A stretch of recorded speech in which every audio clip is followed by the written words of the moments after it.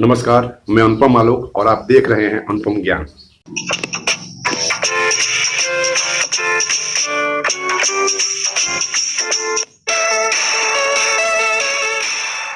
आज के इस वीडियो में हम बात करेंगे बिहार के 10 प्रमुख महापुरुषों के बारे में।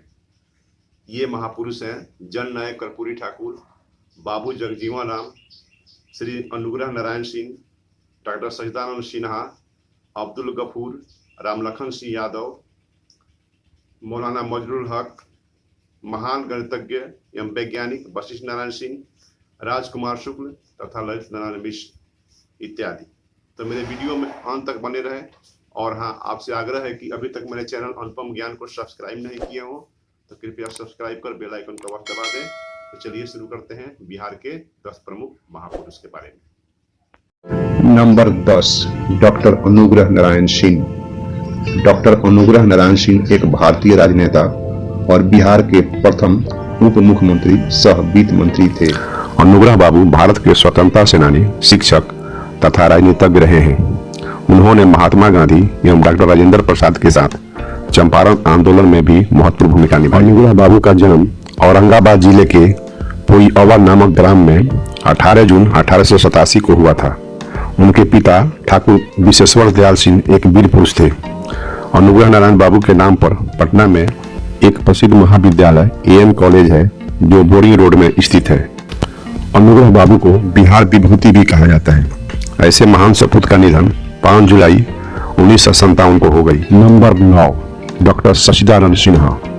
डॉक्टर सच्चिदानंद सिन्हा भारत के प्रसिद्ध सांसद, शिक्षाविद, अधिवक्ता तथा पत्रकार थे। डॉक्टर सच्चिदानंद सिन्हा का जन्म बिहार राज्य के बक्सर जिला अंतर्गत चौगाई प्रखंड के मुरार गांव में 10 नवंबर 1871 को एक इज्जतदार काश्त परिवार में हुआ था। उनके पिता का नाम बख्शी शिव प्रसाद सिन्हा था। उन्होंने लंदन में कानून की शिक्षा प्राप्त की और बैरिस्टर बने। इंग्लैंड से स्वदेश लौटने पर सन 1911-12 में उन्होंने अलग बिहार राज्य की मांग की और आंदोलन चलाया। उन्हीं के असर से बिहार बंगाल से अलग हो पाया। डॉक्टर सच्चिदानंद सिन्हा को आधुनिक बिहार के रचयिता भी कहा जाता है।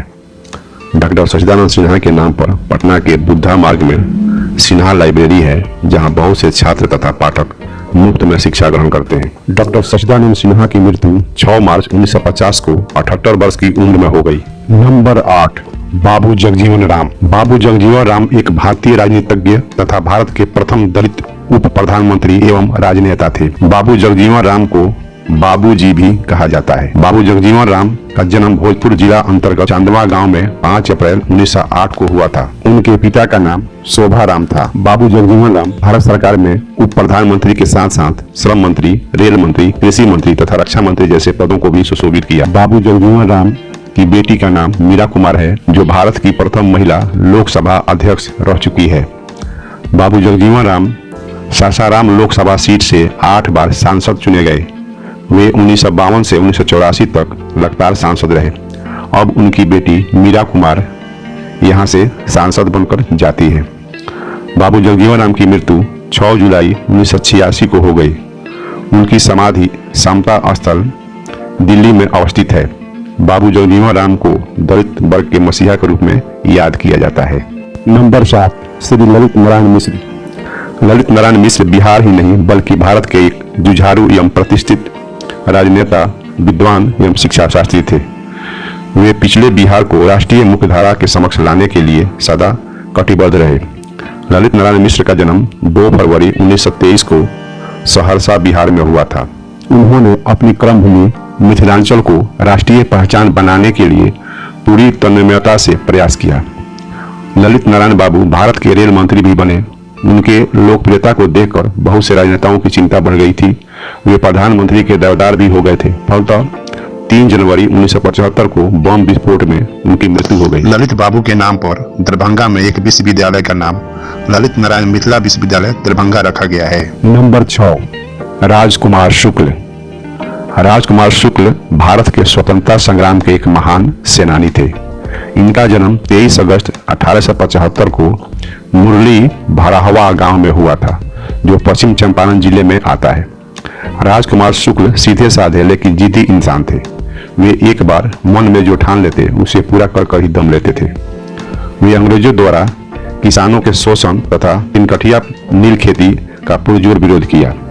वे गांधी जी से मिले। गांधी जी पहली मुलाकात में इस व्यक्ति से प्रभावित नहीं हुए थे और यही वजह थी कि उन्होंने उसे टाल दिया था। लेकिन इस कम पढ़े लिखे इंसान के बार बार आग्रह पर सन 1917 को गांधी जी को चंपारण आना पड़ा। गांधी जी के प्रयास से ही किसानों को नील की खेती से मुक्ति मिली।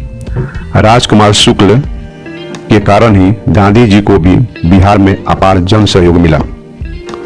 राजकुमार शुक्ल की मृत्यु 20 मई 1929 को मोतिहारी में हो गई। उनकी याद में भारतीय डाक विभाग ने एक टिकट जारी किया है। नंबर 5, मौलाना मजरूल हक। मौलाना मजरूल हक एक शिक्षाविद, वकील, स्वतंत्रता सेनानी तथा भारतीय राष्ट्रीय आंदोलन के एक प्रमुख योद्धा थे। इनका जन्म 22 दिसंबर 1886 को बिहार के ब्रह्मपुर, पटना में हुआ था। वे भारतीय राष्ट्रीय कांग्रेस के एक प्रमुख नेता थे। मौलाना मजरूल हक आरंभिक शिक्षा के बाद कुछ समय तक पटना और लखनऊ विश्वविद्यालय में पढ़ने के बाद उच्च शिक्षा के लिए इंग्लैंड चले गए। उन्हीं दिनों गांधी जी भी वहां छात्र थे। तभी से दोनों में परिचय हुआ जो जीवन भर रहा। बैरिस्टर बनने के बाद मौलाना मजरूल हक ने छपरा में वकालत शुरू की। इनकी मृत्यु 1930 को छपरा में हो गई। इनके नाम पर पटना में एक अंतर्राष्ट्रीय स्टेडियम मजरूल हक स्टेडियम है, जहां देश विदेश के खिलाड़ी खेलने आते हैं। साथ ही पटना में मौलाना मजरूल हक अरबी फारसी विश्वविद्यालय भी है, जहां बहुत से छात्र अध्ययन करते हैं। नंबर 4, श्री राम लखन सिंह यादव। श्री राम लखन सिंह यादव का जन्म बिहार के पटना जिला के ग्राम अमदेहरी हरि रामपुर में 1921 में गुलाम भारत में हुआ था। 15 साल की उम्र में भारत से ब्रिटिश हुकूमत को देश से भगाने के लिए आजादी की लड़ाई में कूद पड़े।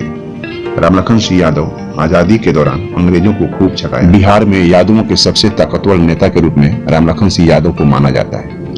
वे आरा से शानदार तरीके से जीत हासिल की तथा 1993 में उन्होंने नरसिंहा राव सरकार को गिराने से बचाया था। रामलखन सिंह यादव को शेरे बिहार भी कहा जाता है।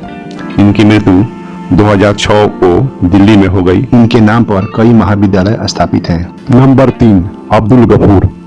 अब्दुल गफूर एक बुद्धिजीवी और अल्पसंख्यक के महान राजनीतिज्ञ थे। इनका जन्म बिहार राज्य के गोपालगंज जिला में 1918 में हुआ था। वे बरौली विधानसभा से जीतकर हमेशा आते थे।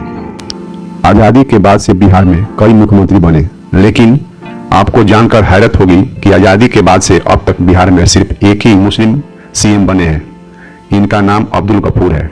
इनके बाद से कोई भी अल्पसंख्यक समाज का नेता सीएम पद तक नहीं पहुंचा है, जबकि बिहार में अल्पसंख्यक समुदाय का जनाधार काफी है। हालांकि अब्दुल गफूर भले ही सीएम बन गए, लेकिन उन्हें भी मुख्यमंत्री की कुर्सी 2 साल के लिए ही नसीब हुई थी। वह जुलाई 1973 से अप्रैल 1975 तक राज्य के सीएम रहे। 1975 में तत्कालीन प्रधानमंत्री श्रीमती इंदिरा गांधी ने उन्हें मुख्यमंत्री पद से हटाकर जगन्नाथ मिश्र को मुख्यमंत्री बना दिया। उनका कार्यकाल कई मायने में राजनीतिक रूप से काफी महत्वपूर्ण है। उन्हीं के कार्यकाल में संपूर्ण क्रांति की शुरुआत हुई। ललित नारायण मिश्र की हत्या भी इन्हीं के शासनकाल में हुई थी। नंबर 2, महान गणितज्ञ और वैज्ञानिक श्री वशिष्ठ नारायण सिंह। श्री वशिष्ठ नारायण सिंह देश के नामी गणितज्ञ थे। इनका जन्म 2 अप्रैल 1942 को भोजपुर जिला अंतर्गत बसंतपुर नामक गांव में हुआ था। इनका परिवार आर्थिक रूप से काफी गरीब था, लेकिन वशिष्ठ बाबू में बचपन से ही विलक्षण क्षमता थी। सन 1962 में उन्होंने नेतरहाट विद्यालय से मैट्रिक की परीक्षा प्रथम श्रेणी से पास की और उस समय के संयुक्त बिहार में सर्वाधिक अंक प्राप्त किया। वशिष्ठ नारायण के लिए विशेष रूप से पटना यूनिवर्सिटी को अपने नियम में परिवर्तन लाना पड़ा था। जब पटना साइंस कॉलेज में पढ़ते थे, तब कैलिफोर्निया विश्वविद्यालय के प्रोफेसर जॉन केली की नज़र उन पर पड़ी। केली ने उनकी प्रतिभा पहचाना और 1965 में वशिष्ठ को अपने साथ अमेरिका ले गए। 1969 में उन्होंने कैलिफोर्निया विश्वविद्यालय से गणित में पीएचडी की और वाशिंगटन विश्वविद्यालय में एसोसिएट प्रोफेसर बने। चक्रीय सदिश समष्टि सिद्धांत पर किए गए उनके शोध कार्य ने उन्हें भारत और विश्व में प्रसिद्ध कर दिया। इसी दौरान उन्होंने नासा में भी काम किया, लेकिन उनका मन नहीं लगा। फलतः वे भारत लौट आए उन्होंने भारतीय प्रौद्योगिकी संस्था कानपुर, भारतीय प्रौद्योगिकी संस्था मुंबई और भारतीय सांख्यिकी संस्था कोलकाता में भी काम किया। वशिष्ठ नारायण सिंह का विवाह 1973 में वंदना रानी सिंह के साथ हुआ, लेकिन उनका वैवाहिक जीवन सुखमय नहीं रहा तथा वे मानसिक रोग से शिकार हो गए। उनकी मृत्यु 14 नवंबर 2019 को पटना में हो गई। नंबर 1, जननायक कर्पूरी ठाकुर। जननायक कर्पूरी ठाकुर भारत के स्वतंत्रता सेनानी, शिक्षक, राजनीतिज्ञ तथा बिहार राज्य के दूसरे उप मुख्यमंत्री और 2 बार मुख्यमंत्री रह चुके हैं। लोकप्रियता के कारण उन्हें जननायक कहा जाता था। कर्पूरी ठाकुर का जन्म समस्तीपुर जिले के एक गांव पितझौरिया में नाई जाति में हुआ था। जननायक कर्पूरी ठाकुर के पिता का नाम गोकुल ठाकुर तथा माता का नाम श्रीमती राम दुलारी देवी था। उनकी पत्नी का नाम फुलेश्वरी देवी था। उनके पुत्र रामनाथ ठाकुर हैं जो अभी राजनीति में सक्रिय हैं। कर्पूरी ठाकुर 22 दिसंबर 1976 से 2 जून 1971 तक तथा 24 जून 1977 से 21 अप्रैल 1979 तक 2 बार बिहार के मुख्यमंत्री रहे। लोकनायक जयप्रकाश नारायण एवं राम मनोहर लोहिया इनके राजनीतिक गुरु थे। कर्पूरी ठाकुर ने दलित और गरीबों के लिए कई काम किए तथा बिहार में पिछड़ों के लिए आरक्षण लागू किया। कर्पूरी ठाकुर ने सत्ता में आने के बाद 4 प्रमुख कार्य किए। नंबर 1, पिछड़ा वर्ग का ध्रुवीकरण। नंबर 2, हिंदी का प्रचार प्रसार। नंबर 3, समाजवादी विचारधारा। नंबर 4, कृषि का सही लाभ किसानों तक पहुंचाना। कर्पूरी ठाकुर का निधन 64 साल की उम्र में 17 फरवरी 1988 को दिल का दौरा पड़ने से हो गया।